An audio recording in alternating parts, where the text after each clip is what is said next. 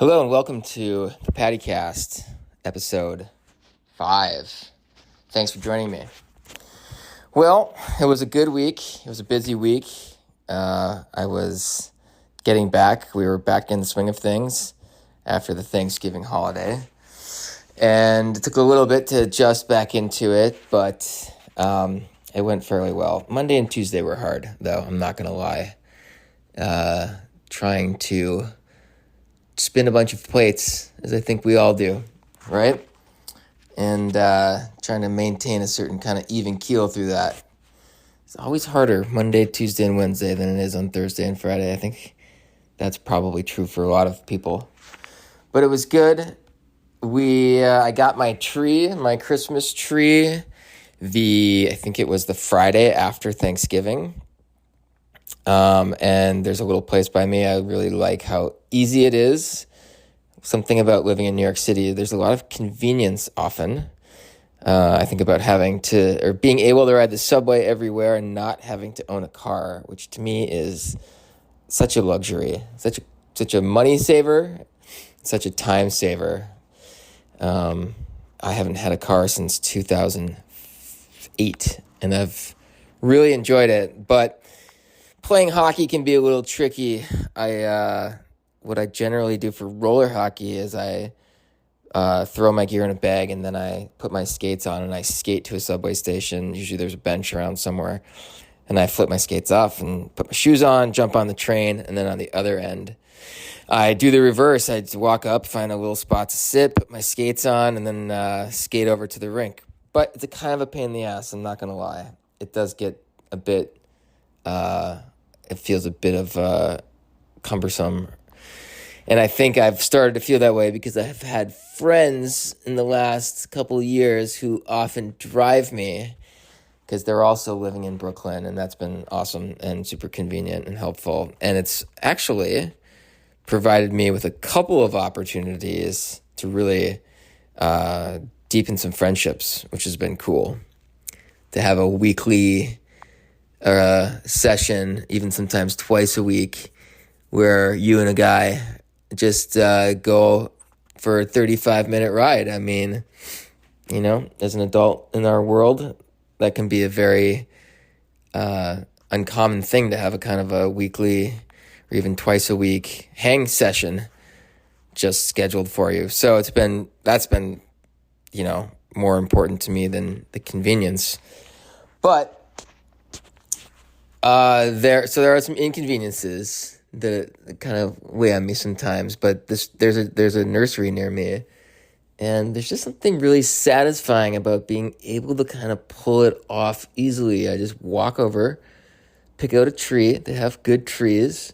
It's a pretty good price. I think that's somewhat reflective of my neighborhood. It's not the most expensive in New York, so you can get some deals sometimes. And then they have guys that will drive the tree over, and it's all wrapped up, and the guy brings it over, and he pulls over on the little service road in front of my building, and he just leaves it on the sidewalk. I can throw it over my shoulder, drag it through the basement of my building, up the elevator, and lickety-split, it's in the apartment. So I got that done, which was awesome. And today, I had my niece and my nephew over, who live down the street from me. And they're about 10, 15-minute walk away from me, which is really also super awesome and convenient and rare, I think, in this modern world to have family so close by. So I see them a fair amount, really love those kids, and I'm close to those kids. And we're normally at their house. Their mom and dad have a house with a backyard and a garage, which is a real rarity in New York City. And it's, since they have that space, almost really all of our gatherings are there, or we're out in the park or at a restaurant or something. But once a year, they come over to our apartment and we get to be hosts, which when you do it once a year is quite delightful. You don't mind it at all. You really, for me especially, considering they're two of my favorite people in the world, and it's Christmas, which I really love, I should say. And they come over and we decorate the tree, and I get as many treats as I can think of that they'll enjoy. and I try to stuff them with those so that they love coming over. And we decorate the tree, eat some treats, and then usually watch a Christmas-related movie, which is always a joy. We watched Home Alone last year, and my nephew, who is 6 now, he was 5 last year, Dylan, he just absolutely loves Home Alone. And he was, it's kind of perfect for a 5, 6, 7-year-old. I mean, it's great for most kids, but he's a bit of a rascal, like all those, like a lot of kids are at that age, I think especially boys. And man, seeing, Macaulay Culkin's character giving it to the robbers in these creative ways that, are so relatable to a kid with all these toys and things around the house. And so he was like jumping off the couch with excitement last year. So it's so fun to see. This year we did National Lampoon's Christmas Vacation, which I thought might be a little too mature for them, but they seemed to like it. So that was fun. This year my parents-in-law were with them because we celebrated my birthday tonight. My birthday fell on Thanksgiving, and they brought out a cake at Thanksgiving. It was quite lovely of the host to do that, and they sang happy birthday to me. But we celebrated today. So my parents-in-law came over as well, and it was great. Really super fun, as always. It's one of my favorite days of the year. I also got to play hockey today earlier, and it was really a very nice day. We've got some young guys that came out of Dartmouth's D1 team that have joined us. They're really cool guys and fun guys and really nice hockey players. And that's awesome because you can get more creative and have more fun when you have some skilled players like those guys. Speaking of creativity, creativity and playfulness are my theme of the week. And I'm sort of breaking my rule of no themes, I think, but I kind of liked it last week, and I think I'm going to kind of go with it this week, although the theme itself is sort of driving the idea of the themes, because I think that creativity can be almost as burdensome as sort of the societal mandate to make a bunch of money or accumulate material goods or achieve something else. Sometimes I remember when I was in college and graduate school and I was more in the world of the humanities and the arts, that creativity almost seemed to be have replaced maybe some other values as the most important thing. And whenever there's a lot of pressure on something, it can take the fun out of it. And so I found for myself that if I mix in playfulness or some play with my creativity, it makes all the difference. And the Patty Pod, is probably the most creative thing I do. And so I don't want to be constricted too much by a theme, but I also know that it can be a helpful device to keep one's attention as a listener. I know that it has done that for me when I've been reading somebody's column or listening to a blog. So that's it for today. That's the theme for today.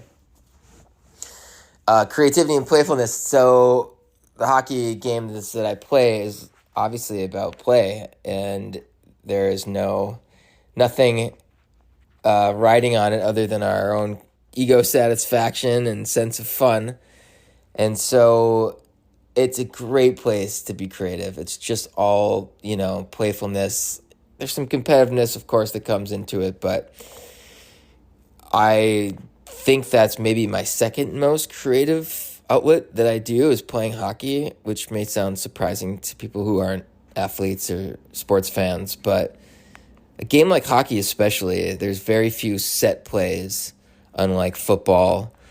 And I suppose basketball, I don't know as much. As you get to the higher levels, I'm sure there's more set plays. There are some, but even I think at the high levels, a lot of it is open to spontaneous creation. And so what happens is you can read, the better players start to recognize patterns, and, in milliseconds, their brains are recognizing and adapting to patterns, and you can just do so much creatively. You can, the variations of how you enter the zone, what you do in the zone. Do you just rush and try to beat somebody off the rush? Do you cycle down the corners, which is kind of moving in a circular motion, and you'll kind of cut towards the center of the ice to attack the net if it's available. If not, you'll drop it back into your teammate. And there's just a million variations on all of that. How you use your edges in those moments. How you how you change speeds. How you deke. Just there's a million different things, and it's really satisfying.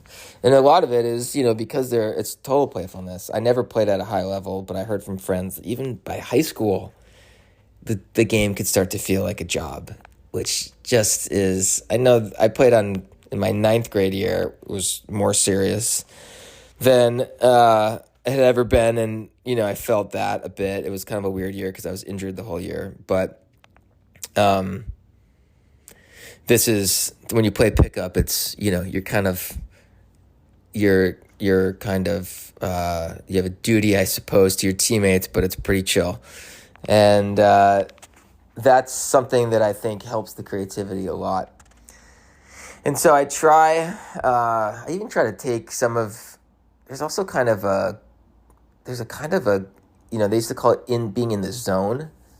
When I was younger in the 90s, they would talk about athletes being in the zone, which is, I guess, flow state is the term that people use sort of more broadly in sort of the TED Talk world, if you want to put it that way. But yeah, that's part of the creative process, I think, in hockey, is if you can get into that state. And there's some players who sort of get into that state, and it's also they kind of use their minds more. I talked about Wayne Gretzky being the absolute paragon of that. But there's other players too, especially smaller players. I think of a guy named Adam Fox, who's a defenseman for the Rangers, who is almost slow for NHL standards, and he's not big, and that he's a defenseman, and that position is usually populated by big, strong guys that have heavy, hard shots, and they can physically dominate the opponents, especially in front of the net, of their own net. And here's a guy who's kind of got a slight build, but doesn't have super fast foot speed, and his shot is probably average, and his passing is good, but his vision and his passing are elite. And he also does something with the way he moves his body. It's just subtle little movements, doesn't look like much, but the timing and the execution of it throws people off. It's a combination of his edge work on the skates, shifting back and forth, with the stick handling, little tiny dekes, little fake passes, fake shots, just gets someone leaning the wrong way for a second, and then he's gone. And you kind of, if you watch him, it's like he's weaving his way up and down the ice. It's this weaving kind of thing. Always about a little misdirection. And it's like he's in this almost it's almost like he's in some kind of a trance, I want to say, but he's not sort of out of it or sleepy or anything, but he's, I guess, in the zone, or the flow state's a better phrase, because it's awesome to watch. And I've even tried to take that into my personal life, like stay in that kind of cool, subtle, attentive. You're really, you are totally attentive to what you're doing, but you're not stressed out about it. You're absorbed, you're engaged, and you're just making these moves, and you're just sort of succeeding, and you're paying attention to that, and you're not getting off balance by any mistakes or worries or anxiety spikes. Even when the anxiety spikes happen, you still sort of weave your way through it. I don't know, it's this image in my head that I've liked. Speaking of things that I like, images, and I mentioned the phrase "in the zone." I also like other phrases. And speaking of playfulness, I started thinking about idioms this week. We teach idioms in my class, and they're like my favorite. We teach a little bit. Not, I should probably do more. They're some of my favorite things in the world. I just think that if you can say something like, I'm under the weather, rather than, yeah, I'm sick, it's just a slight thing, but there's like a cheerfulness to it that I feel like people really did more of maybe when I was a kid, when everybody was a little less concerned with trying to show what kind of, genius data scientists they were, or, whatever, analysts. And people were kind of like folksy. Being folksy, I think maybe was more beneficial back then. Could be could be just life in the Midwest as opposed to New York City. Could be just being a kid, but I felt like adults were more like that. And I'm a little under the weather. You'd hear some guy say, like somebody like Chris Farley would play a guy like that, or I don't know, somebody that a Phil Hartman character would play. And just these sort of like folksy, fun things. So it's this playful way of just being in the world, right? Like you have to communicate. And instead of being dry and boring about it, you can say it in this slightly fun way, which is just like a little sprinkle of joy for everybody around you and for yourself. And I think my favorite one is cut of his jib.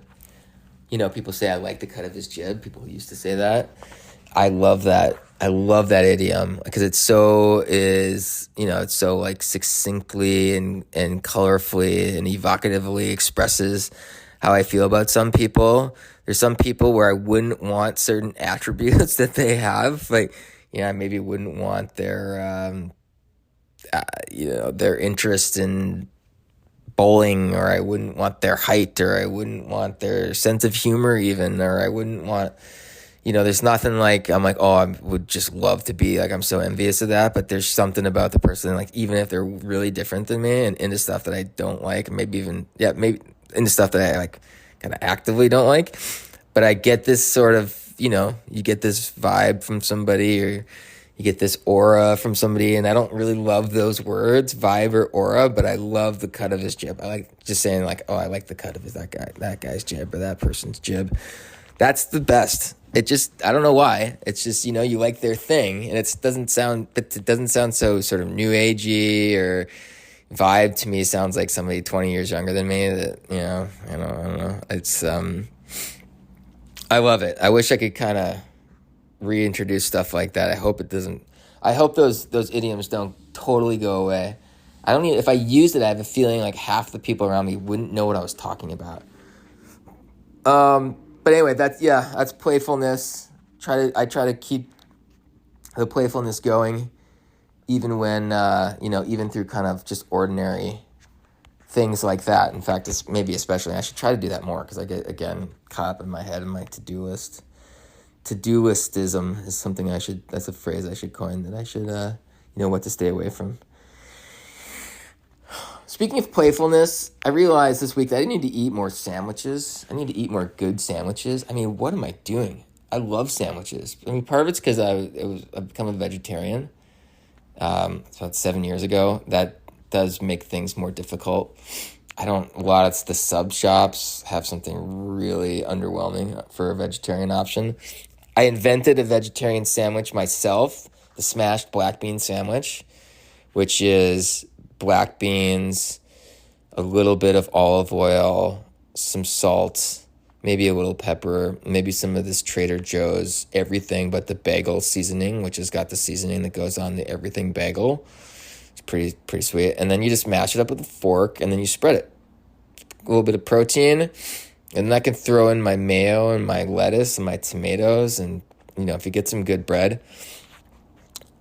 Why don't I do that more often? It's so easy. It's so simple. And part of it is, honestly, it's hard to get good bread, even in Brooklyn, in New York City. It's like ridiculous. And in Manhattan, there's places, but I live in Brooklyn, and I'm sort of in the center of Brooklyn, so I'm a little bit of a ways from Manhattan. And I don't know why there's not something closer. Somebody should open up a decent bakery and make a decent crusty bread in my neighborhood, or even kind of like, just adjacent to my neighborhood, and I think you could make some money.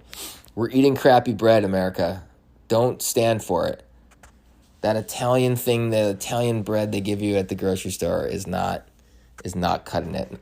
We should all stand up for our bread rights. Fixed my guitar this week. Speaking of play, I play a little bit of guitar. I am most certainly a beginner. If I can play a song in time and not really make super noticeable flubs, that's a big W for me. I do it from time to time. It's really satisfying when you can do it. But boy, that's something. I feel like I'm kind of glad I do it, because now I know how beginning hockey players feel. You spend, I was kind of playing like once a week, I feel like, during the pandemic especially. And, you think to yourself, how am I not better than I am? I'm okay. I'm kind of like, I don't know, I guess I should be grateful that I can play a song, but I can't even imagine getting to like, doing solo lines and stuff like that. It just seems like a steep hill. Maybe it's the 10,000 hour rule. Maybe it's when you learn it when you're younger, or maybe it's just a natural thing. I think it's most likely a lot of the latter, that it's, if you got it, you got that natural talent, it's going to kind of put you into that category that some other people may not get to. If I really ground it out, I suppose I could get better, but that's not going to happen. But anyways, I fixed my guitar. The little nut that the cord goes into, that goes into your amp, there's a little, nut that screws in on the outside, and it loosened and fallen off.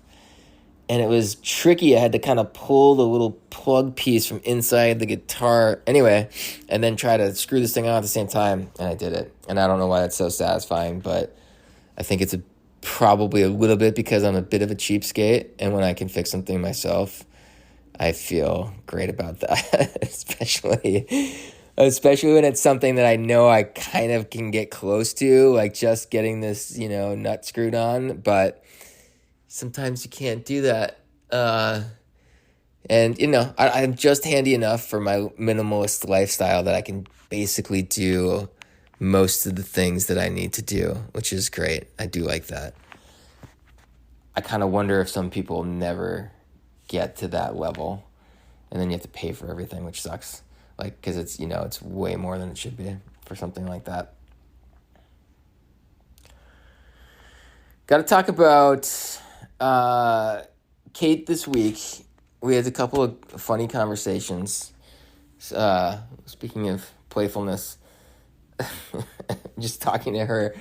The Jets were beating the Bears last week in the football game in the rain, and it was kind of chilly out, and they were beating them by a good amount in the third quarter. And she insisted a number of times that they should just call the game so everyone could go home, get dry, and warm up.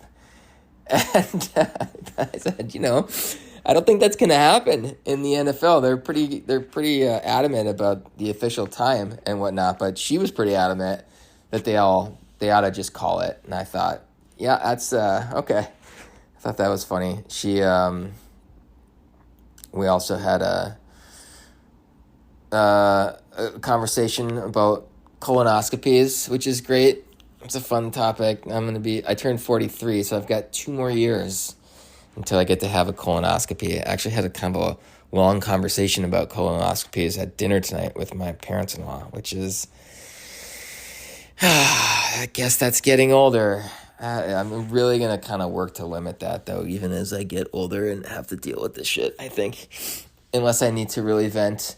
There are these ads for Cologuard, which is this thing, it's the at-home colonoscopy. I thought, I'll just do that. Again, the minimalist lifestyle in me, trying to keep it simple. And she said, oh, no, you can't do that at first. We're kind of going, she's like, you got to get a baseline from a real doctor, and then you can do it after. And I thought, I'm kind of going back and forth about it. And then I just looked at her and said, you know what, I'm going to do it myself. And I've got an iPhone. I do have an iPhone. I got the 13 now. It's got a pretty good camera here. And, plenty plenty of olive oil in the house. I had a bit of a Seinfeld moment. I've been playing ice hockey with these guys who are, there's probably, I guess there's 20 of them, but there's been probably 25 to 30 that have cycled in and out. But I've been with a couple of guys for probably 3 years now on my team, so, often on my line, which means you're on the ice together. And I do not know their names. And it is way past the point where I can ask them what their names are. So my strategy has been I'm just going to wait until, someone says their name in conversation. And it's like 2 or 3 sessions already this year. And this happened at the end of the last season. And it's not happening. There's this dude there. And of course, they know my name. I say, of course, because, just that's kind of my luck. But it's also, there's some of these guys are beginners, and I'm obviously not. I've been playing for a while, so I'm better than some of these guys, which is not a brag. You should be better than a beginner if you've been playing your whole life. So, whatever. The guys that score more, kind of people know their names a little bit. It's like that in all sports. And so they're like, hey, Patrick, when they see me. And I'm like, oh my God, I feel like I'm sure they know because it's so obvious now. And, I'll know like where these guys live. Sometimes I kind of know what they do for work. I can totally recognize their faces, and I cannot remember their names. So it's super embarrassing. And I'm just praying that somebody freaking calls them by their name in front of me. So this is the situation, playing on Friday night this week. And, a guy gets cut. It's bad. It's the play is just behind me. I cross over the red line. I see this guy kind of fall, and another guy on my team fall next to him, but they're behind me, so I'm not looking. But I hear this guy yelling like "fuck," like "oh God," and he's freaking out. So we all circle around, race over to him.